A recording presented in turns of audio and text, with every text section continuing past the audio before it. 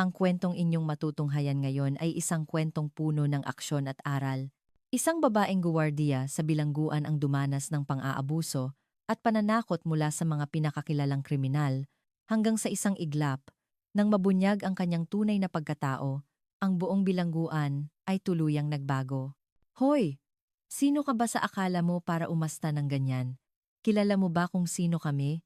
Sino ang mag-aakala na iyon na pala ang kanilang magiging huling mga salita ng kayabangan? Dahil ang babaeng kaharap nila ay isang buhay na sandatang pandigma, isang tunay na mandirigma na nagsilbi ng 10 taon sa mga operasyong kontraterorismo. Mga kaibigan, mangyaring pindutin ang subscribe at like button at i-comment kung saan ninyo pinapanood ang video na ito. At kung gusto ninyo pa ng mga ganitong kwento, huwag kalimutang i-on ang inyong notification bell. Noong ika-15 ng Marso 2019, isang bagong babaeng guwardiya ang itinalaga sa New Bilibid Prison sa lungsod ng Muntinlupa. Ang pangalan niya ay Isabela Reyes, 31 taong gulang noon. May taas na 5'6", balingkinitan ngunit matipuno ang pangangatawan, at may maamong mukha. Mukha siyang ordinaryong kawani ng gobyerno sa unang tingin. Ngunit sa kanyang service record, may isang linya na kakaiba. 10 taong serbisyo, Light Reaction Regiment, hukbong katihan ng Pilipinas. Tanging ang hepe ng bilangguan at ang hepe ng administrasyon lamang ang nakapansin sa detalyeng ito. Para sa ibang mga guwardiya, isa lamang siyang dating sundalo. Sa unang araw ng kanyang trabaho, 7:30 ng umaga, magalang na bumati si Isabela sa kanyang mga kasamahan. Magandang umaga po. Ako po si Isabela Reyes. Magsisimula na pong magtrabaho ngayon. Marami pa po akong dapat matutunan, pero gagawin ko po ang lahat ng aking makakaya. Sana po ay maging maayos ang ating pagsasama. Sa isip-isip ng mga kasamahan niya, nag-aalala sila para sa kanya.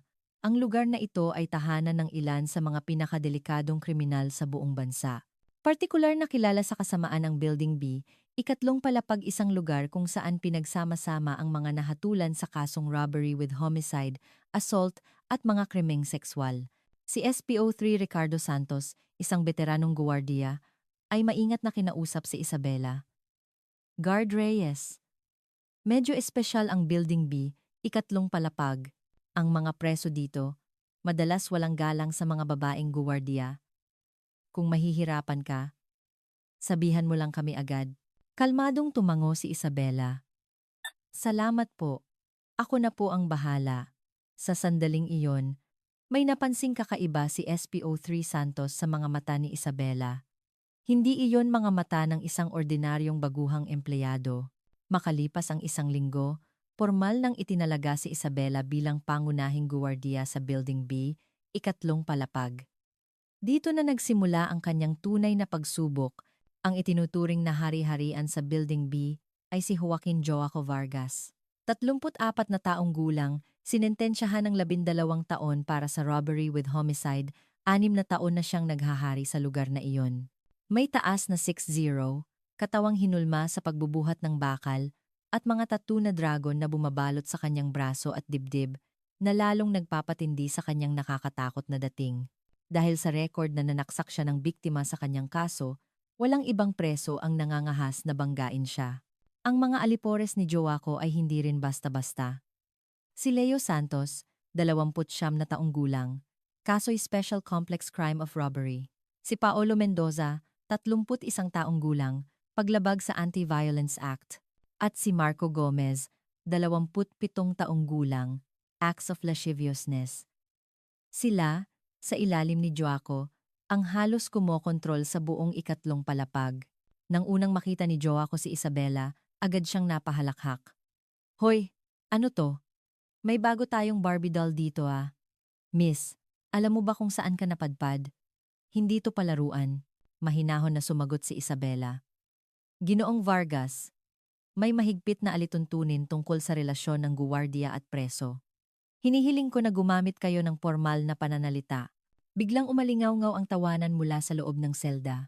Hahaha, nakakatawa. Formal daw? Anong magagawa mo sakin? 6 na taon na ako dito. Alam ko kung anong nangyayari sa mga babaeng guwardiya dito. Sumingit si Leo. Boss, mukhang hindi pa alam ni Miss ang patakaran dito. Turuan kaya natin ng maayos. Ngunit si Isabela ay kalmadong ginawa ang kanyang mga tungkulin pag-check ng bilang, inspeksyon ng pasilidad, paggabay sa mga preso lahat ay perpekto. Hoy, binabastos ba tayo ng babaeng yan?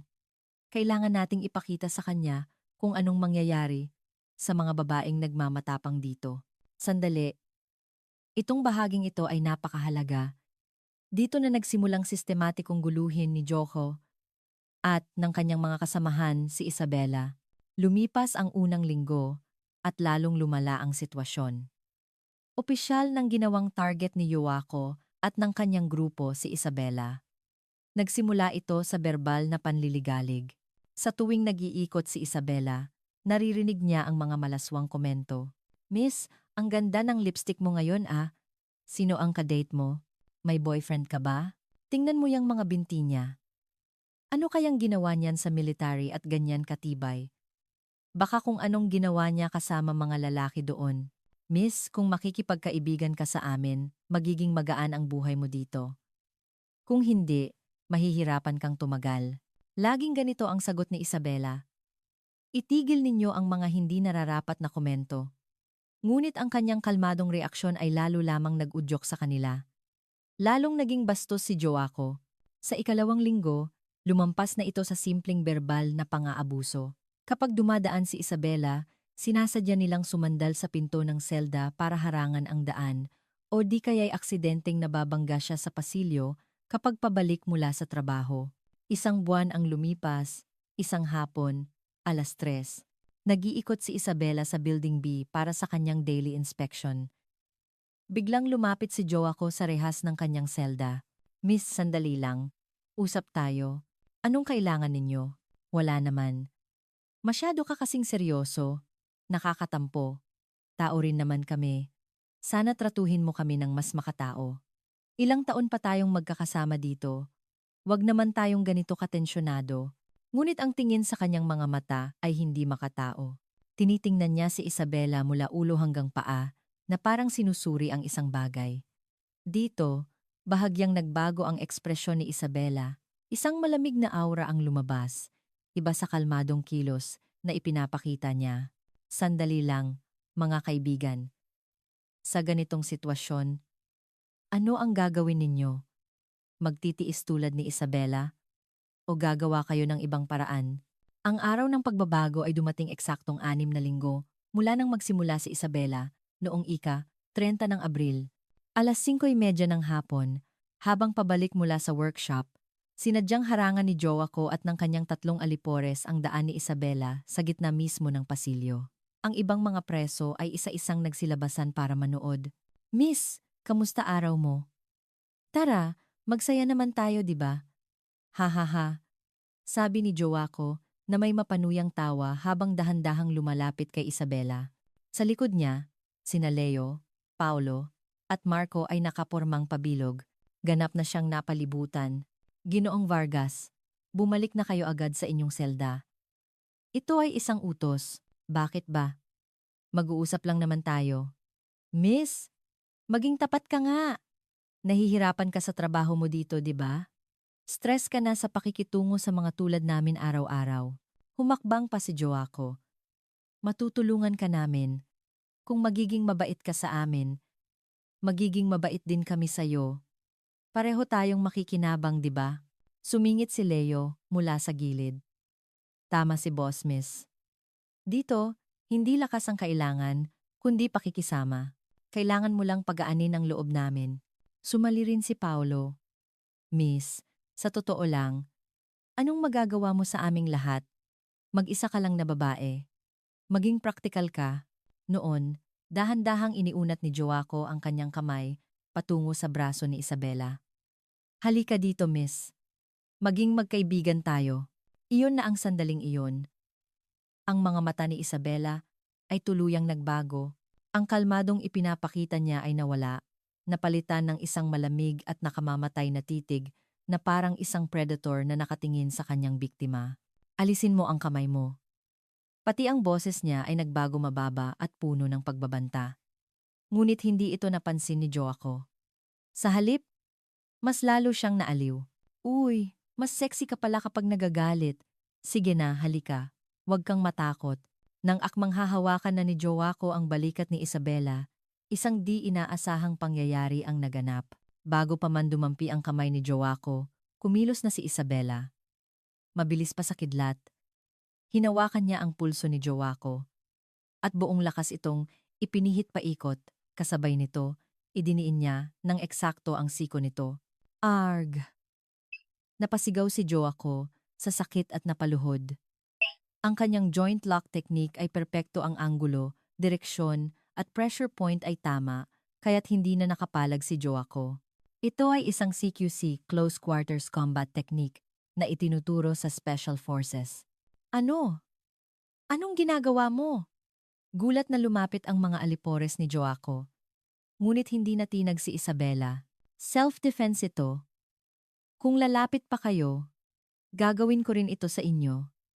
Walang bahid ng biro sa kanyang boses.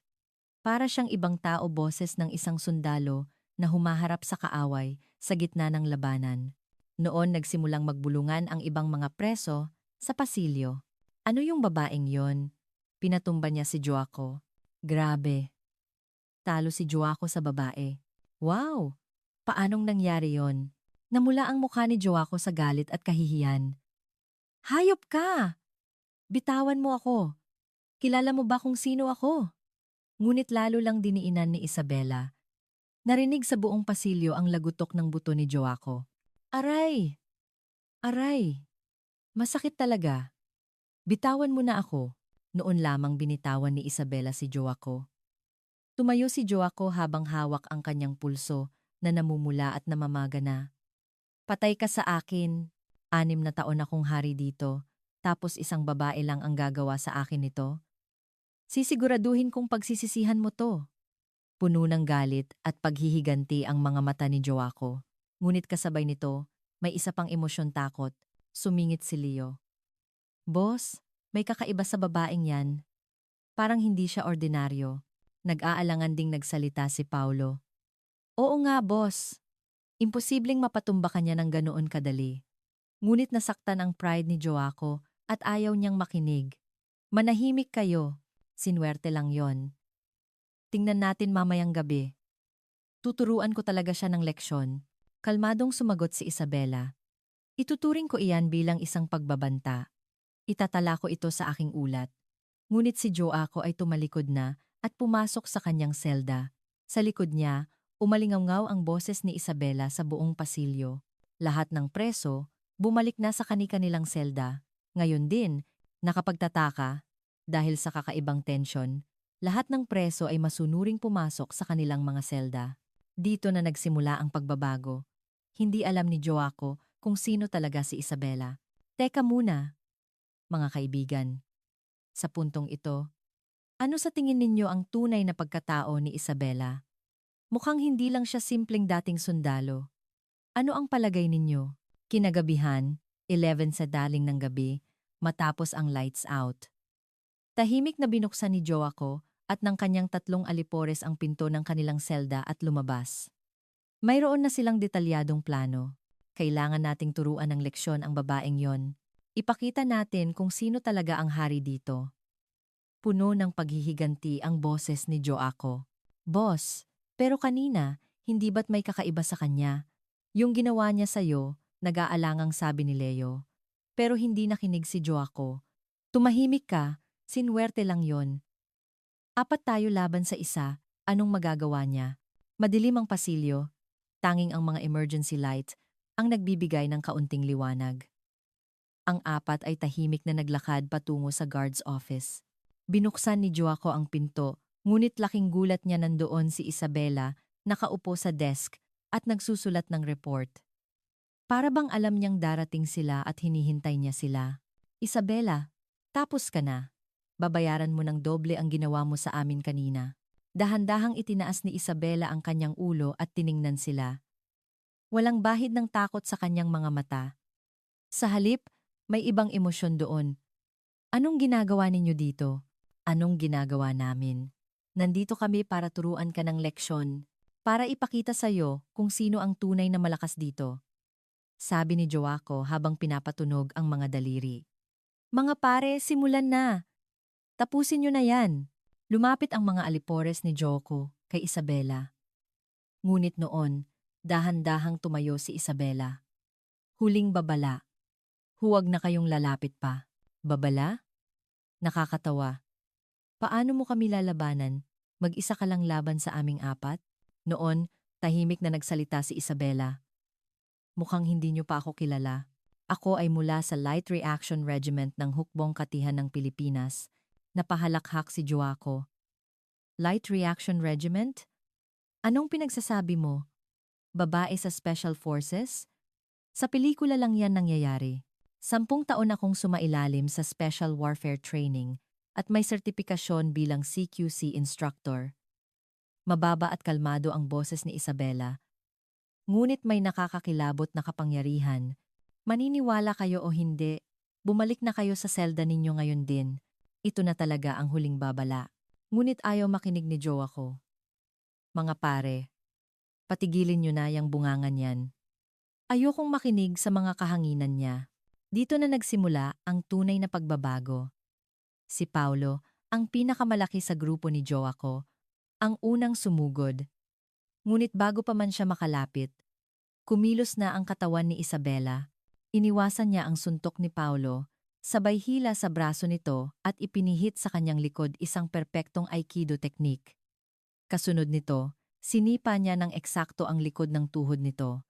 Aray! Bumagsak si Paulo sa sahig. Ang lahat ng ito ay nangyari sa loob lamang ng 3 segundo. Ang pangalawang sumugod, si Marco, ay sinalubong ng mabilis na sipa ni Isabela sa kanyang lulod, isang sipa na tumama sa mismong nerve cluster. Ah! Napangiwi sa sakit si Marco at natumba.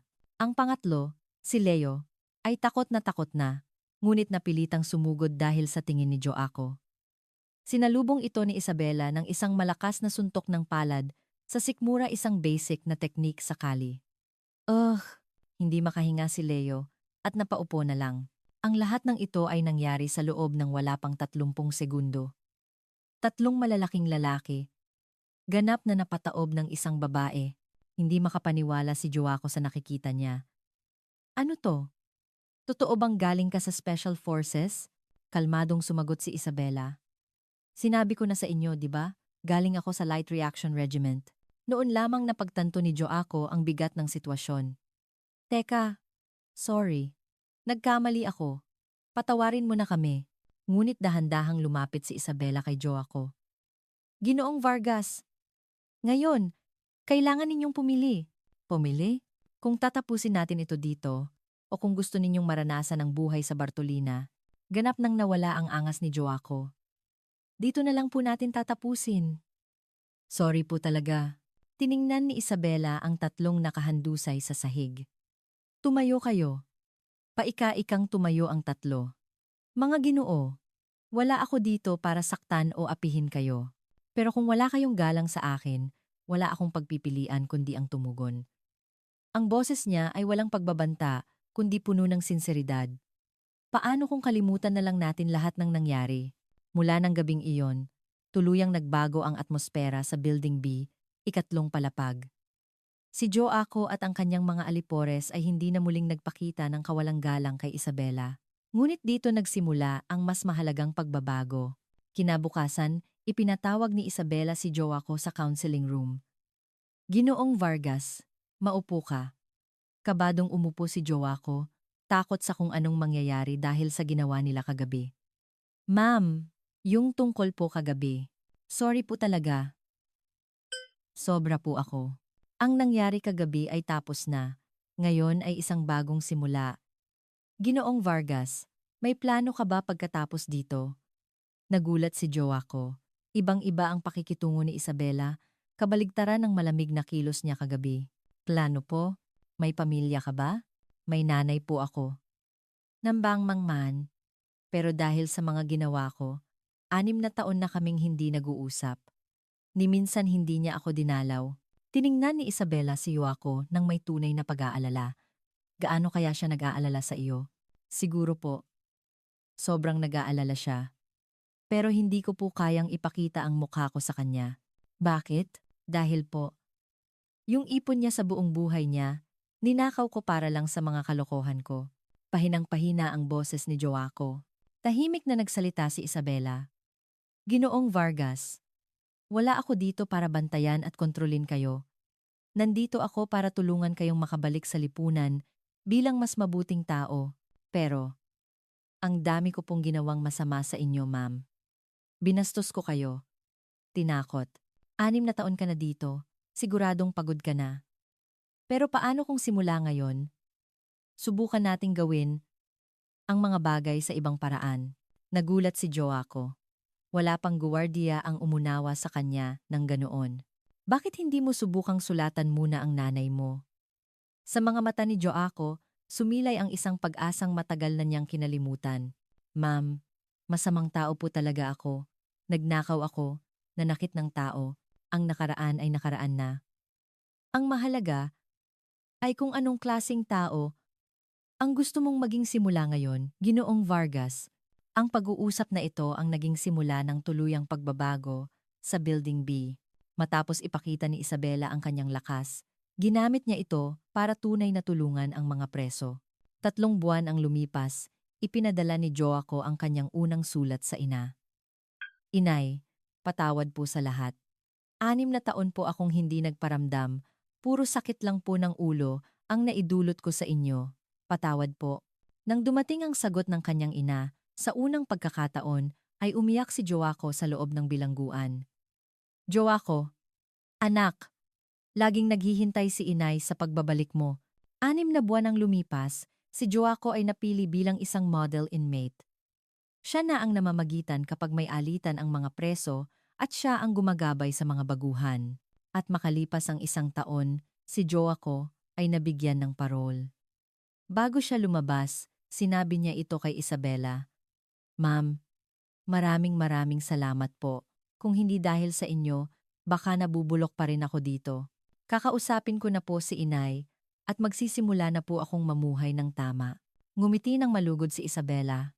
Ginoong Vargas, ang pagbabago ay galing sa iyo. Nagbigay lang ako ng pagkakataon.